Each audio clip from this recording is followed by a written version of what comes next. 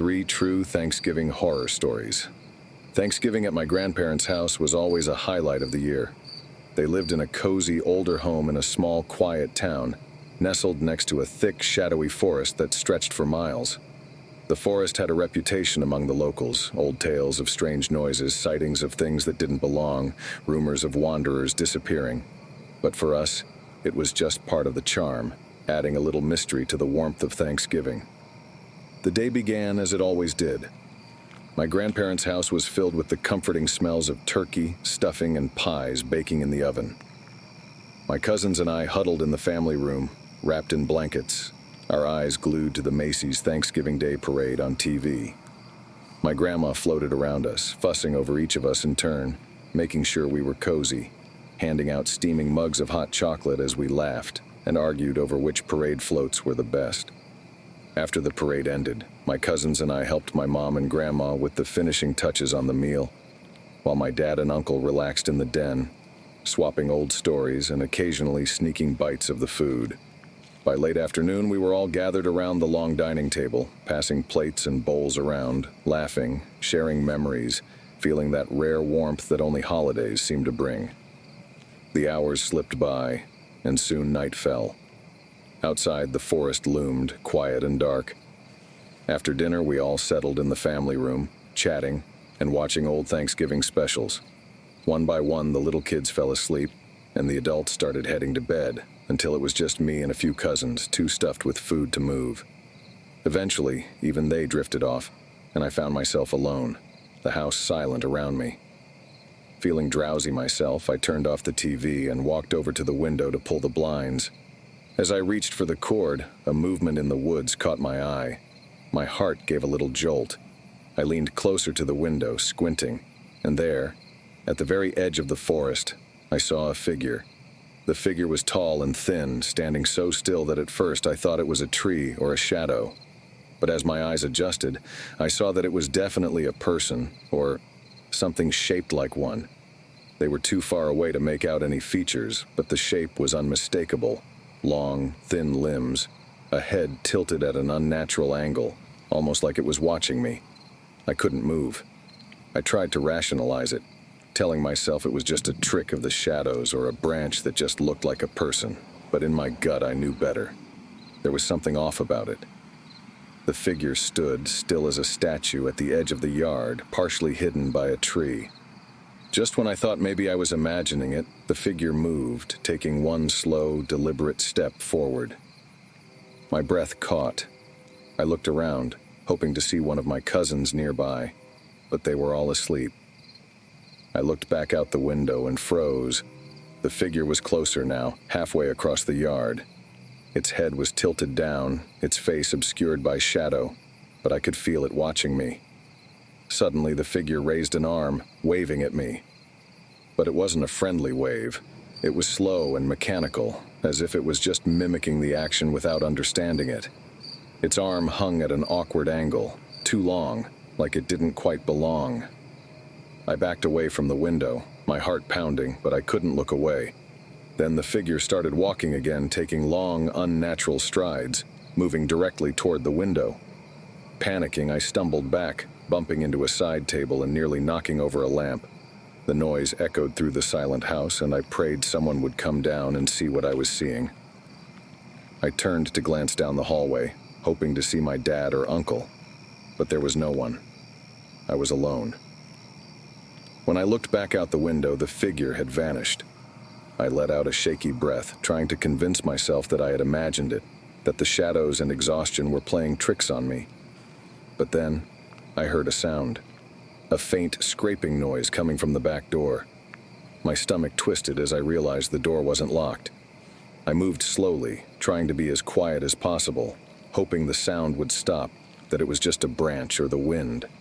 The scraping continued, more insistent now, as if something was trying to find its way inside. I crept down the hallway toward the kitchen, my footsteps barely making a sound. My hands were shaking as I reached for the back door, ready to lock it. But as I approached, I saw something out of the corner of my eye through the small window in the door. It was a face, pressed against the glass, eyes wide and unblinking. The face was stretched and hollow, with deep shadows where the eyes should have been and a mouth twisted into a silent scream. I stumbled backward, clamping a hand over my mouth to keep from screaming, my body frozen in terror. The face moved, sliding along the glass as if trying to peer inside, its mouth moving as if it was whispering something I couldn't hear. Then, just as suddenly as it had appeared, the face was gone. I stared at the door, my mind racing, not sure what to do. Slowly I backed away, moving as quietly as I could back toward the family room. I didn't sleep that night. Every noise, every creak of the house set my nerves on edge. When morning finally came, I told myself it had all been a dream, a product of too much turkey and my overactive imagination. But as we packed up to leave, I glanced back toward the woods and felt a chill run down my spine. At the edge of the forest, where I had first seen the figure, something was hanging from a tree branch. It was a small, old-fashioned pocket watch dangling from a long, frayed cord, swinging gently in the wind. I stared at it, feeling that same hollow dread from the night before. My family called for me to get in the car, and I forced myself to turn away. But as we drove off, I couldn't shake the feeling that the figure was still out there, watching, waiting for me to return. My family always gathers for Thanksgiving at my uncle's cabin in the mountains.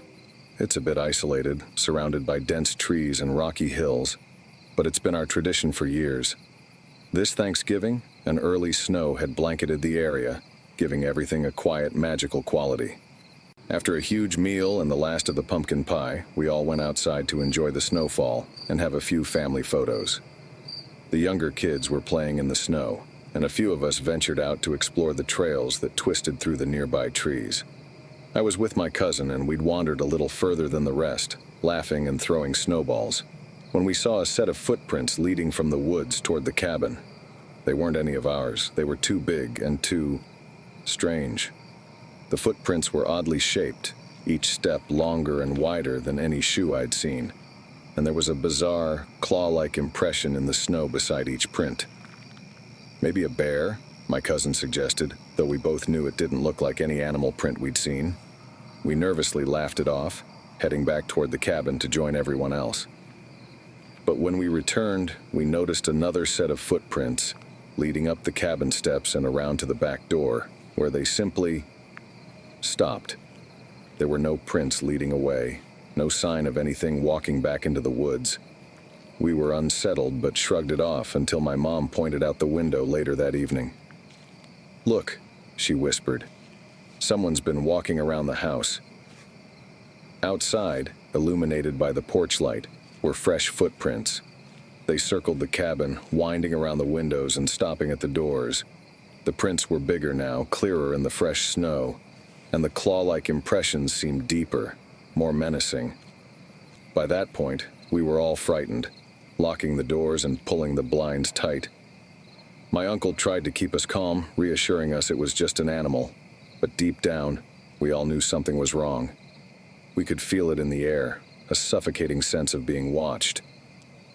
That night, as I lay in bed, I heard something scratching at the window. It was a slow, deliberate sound, like nails scraping against glass. I didn't dare move, pulling the blanket over my head and forcing myself to stay still. The scratching stopped, and I could hear soft footsteps outside, moving from window to window. The next morning, we found more footprints, leading from each window, finally disappearing back into the woods. We left the cabin early, abandoning our plans to stay the weekend, and I haven't been back since. To this day, I can still hear that scratching, that slow, deliberate sound, echoing in my mind every Thanksgiving night. Thanksgiving morning was crisp and cold, the perfect backdrop for watching the Macy's Thanksgiving Day parade with my family. My siblings and I gathered in the living room, bundled in blankets as we watched the enormous floats pass through the streets of New York on TV. It was a cozy tradition we looked forward to every year. As the final float passed and the parade ended, my mom suggested we head outside to get some fresh air before the big meal. My family lives in a small town, so we didn't think twice about walking down the quiet streets in the cold. We headed toward the town park, and as we approached, I noticed a figure standing by one of the trees near the entrance. They were dressed strangely in outdated clothing, almost like something from the early 1900s. They wore a long, dark coat and a wide-brimmed hat, their head tilted downward so I couldn't see their face. My brother and I exchanged a glance, a nervous laugh passing between us as we joked about the old-fashioned man hanging around the park. We continued walking, but the figure didn't move, just stood perfectly still as we passed by. I felt its gaze on my back even though I hadn't seen its eyes, a prickling sensation crawling up my spine. As we rounded a corner, I couldn't resist the urge to look back. But the figure was gone. Just vanished. My brother shrugged it off, but the encounter stayed with me, a sour feeling I couldn't shake. When we got home, we gathered around the table, trying to enjoy the feast, but I felt jumpy, constantly glancing over my shoulder. Later that night, I heard a soft knock at the door. My family was still cleaning up, and everyone assumed it was a late-arriving guest. But when my dad opened the door, there was no one there, just an empty street. Only I saw it. But there, at the end of our driveway, was the figure from earlier, standing perfectly still, the same wide-brimmed hat hiding its face. I backed away from the door, feeling like I was in a dream. And by the time I looked again, it was gone. I didn't sleep that night, and I haven't felt safe in that town park since. My brother still teases me about it, saying I imagined it, but I know what I saw. And every Thanksgiving since, I felt a chill whenever I look out the window, as if that figure is waiting, watching, biding its time. Thanks for watching. If you enjoyed, remember to like and subscribe for more videos.